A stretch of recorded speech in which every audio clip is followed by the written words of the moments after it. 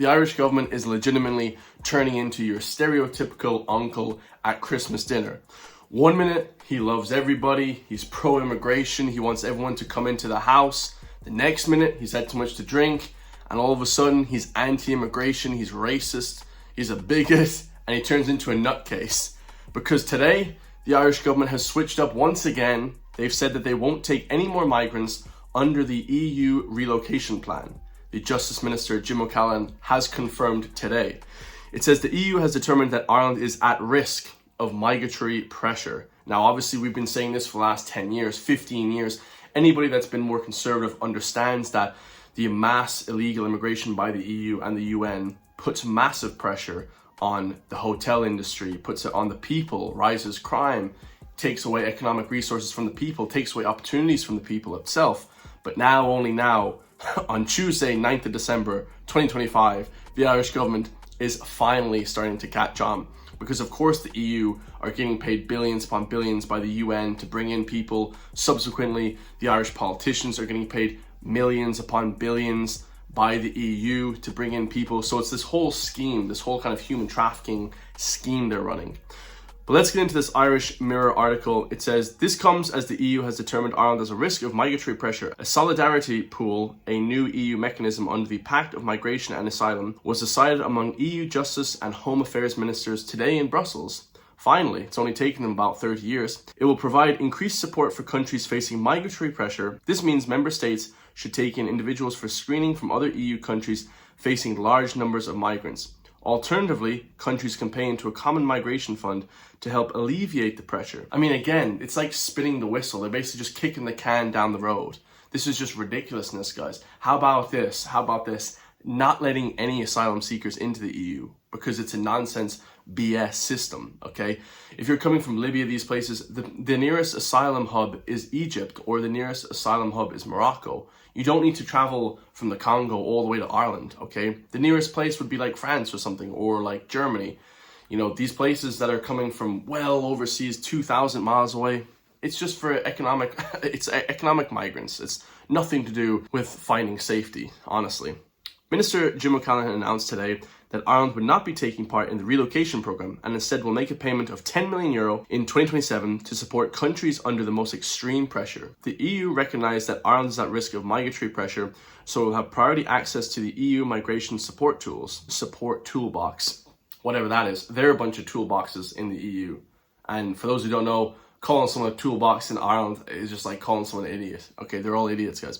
This offers operational and technical support by EU bodies, offices and agencies, financial support, and support to facilitate return and reintegration activities. Other measures agreed in Brussels by minister include a new return system for migrants staying in the EU unlawfully and a measure to establish a list of safe countries of origin. So of course, the safe countries of origin, like I just said, like if you're coming from Libya, you're coming from one of these places, Tunisia, one of these war-torn places, I don't know, South Sudan, the nearest country of origin would be like Morocco or like France or Italy, or, you know, it wouldn't be like all the way across the EU into Ireland. It just is absolutely ridiculous. Speaking on this new solidarity mechanism, the Justice Minister said, we have experienced a sustained high number of applicants for international protection, and this, together with the increased arrivals of people benefiting from temporary protection, has put our systems under pressure, which can be recognised by the EU, the European Commission. Now, like I've said before, the Irish government being extremely corrupt, they've known this for 20 years. They knew that this was going to happen, but they still pushed for mass illegal immigration into the country.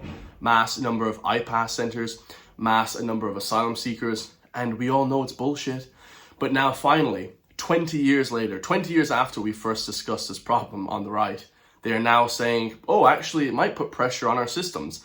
Nobody can get a doctor in this country. Nobody can get a lawyer. Nobody can get any systems ever, guys. If you go to the hospital, good luck. You're going to die because you're not going to be able to get treatment before, you know, Ahmed from Libya. Okay, so it's pretty unfair, guys. It's pretty unfair on the Irish people. As a result of the agreement reached today, member states will have the option of accepting relocation from countries under severe migratory pressure or alternatively providing financial support. As a result of the agreement reached today, member states have the option of accepting relocations from countries under severe migratory pressure or alternatively, providing financial support. Ireland will not be accepting relocations, like I said, given the pressure on our system, but will make a payment of 10 million in 2027 as a pledge to support the countries under the most extreme pressure. So instead of taking migrants, we're going to be paying 10 million to these other countries in the EU because we're a big team in the EU. I don't think we should pay them anything. How about they stop accepting migrants as well? You know, we could all just come together and stop accepting these people. You know, this is a scam, guys. These are a scam run by other countries. And like I said before, the country is under massive pressure in various different ways. One of the main reasons is because of the crime. Look at this lady here in the UK. She said she's had 3 separate incidents in the last 9 months. London has gone to hell. Sadiq Khan has ruined the streets of London. It is an absolute hellhole. These are people coming from Somalia, these dangerous countries, these war-torn countries. They have Al-Qaeda, they have Al-Shabaab, Boko Haram, and they're flooding into Europe. They're just pouring in, and nobody's doing anything about it.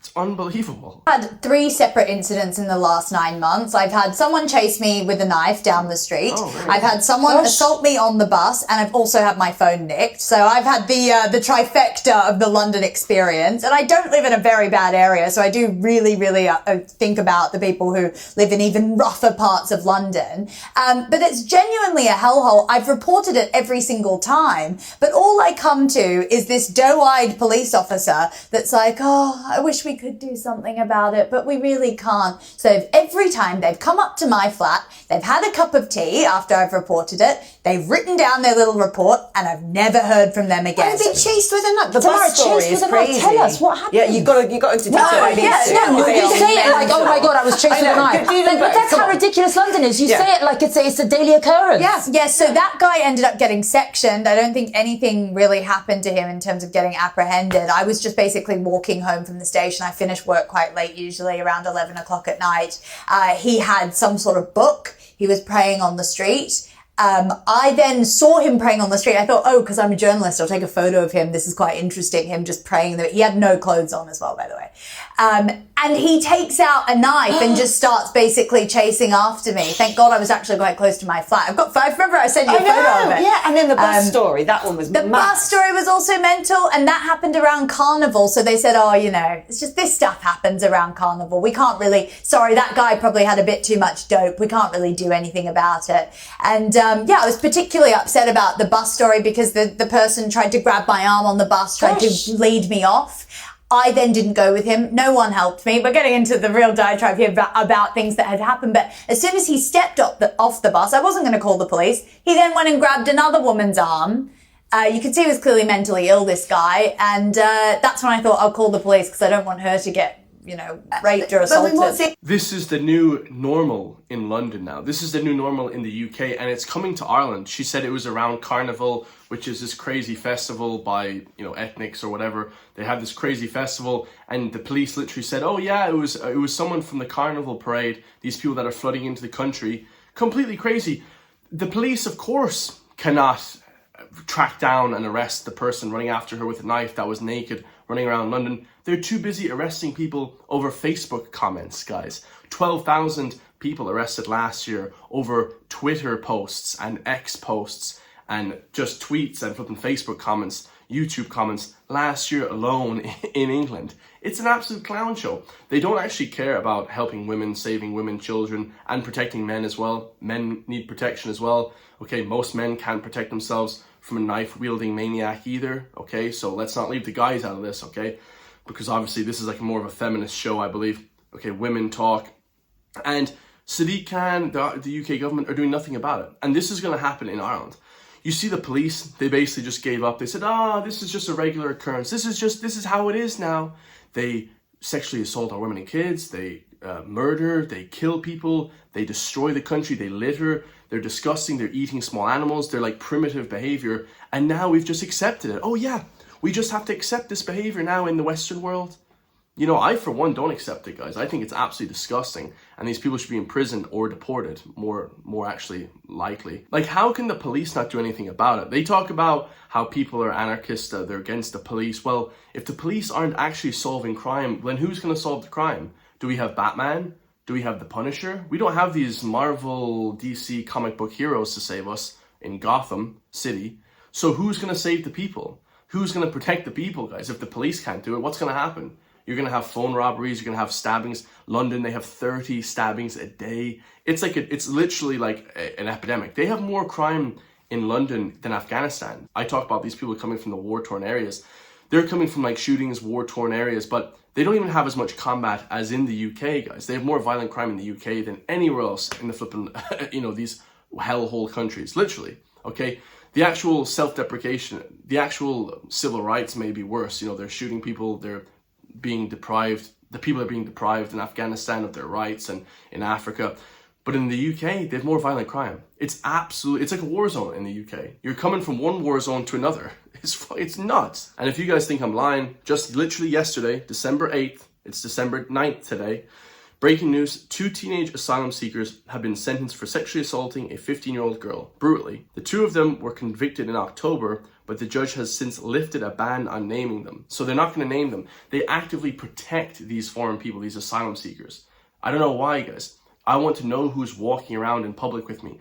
We see in the American news, as soon as the incident happens, they have the pictures up on the board. They have exactly what happened. I love the Americans. They have exactly what happened. They're extremely thorough with the information on the news. They also tell you who these people are, their background, where they're coming from, where they live, what they do for work, everything like that. Here in the UK and in Ireland and in Europe, we protect them. Oh, we don't want the asylum seekers to be recognized and to be described. We want to be protecting these people. While in the meantime, our own people are being the subject of sexual abuse and murder and stabbings and slicings and arson attacks. Just some breaking news, and a judge has lifted a ban on naming young asylum seekers who both raped a teenage girl. The judge lifted reporting restrictions protecting the identities of 2 asylum seekers aged 17 who carried out what the court heard was a horrific rape of a teenage girl. Warwick Crown Court was told that Jan Jahanzeb and Isra Niazel led the distressed 15-year-old victim into a den-type area of parkland in Leamington Spa, where they then attacked her, and ruling that the youths should be identified after applications to name them came from a number of media organisations. The judge accepted that keeping existing restrictions in place could lead to speculation which might see innocent people being targeted. A lack of information stokes public anger and leads to the unchecked spread of false information, the judge said. The judges are all left-wing, of course, NGO funded. Let's listen to the names once again. Let's listen to these names. Are these British names? Let's just listen. Are these native British names? Let's listen. That Jan Jahanzeb and Isra Niazel. Jan Jahanzeb and Israel Niazeb. That doesn't sound flipping native British. Oh yeah, that's one of the native British Sutcliffes from down the road. Oh yes, that's the native Jan. No guys, that's some foreign crackpot coming from North Africa, the Middle East, somewhere. Crackpots, guys. Could be Albanian as well. Could be Roma Gypsy, Eastern European Roma Gypsy. I mean, it's absolutely disgusting. This is every day in the UK. This is every day in Ireland. This is every day in the EU. It's getting worse and worse, and they're not doing anything about it. Thankfully, the US State Department is actually doing something. They're forcing the EU, Europe, to actually track the crimes of these foreign people coming in, because they said, quote unquote, mass immigration is destroying the Western world, which they're absolutely correct to do. So I love that, guys. Finally, some pushback on this craziness. Let me know your thoughts. If you guys want to support me, hit the join link underneath the video below. Become a member today for just €3 per month. It really helps support me. It goes a long way, guys. And I'll see you all in the next one, lads. Peace.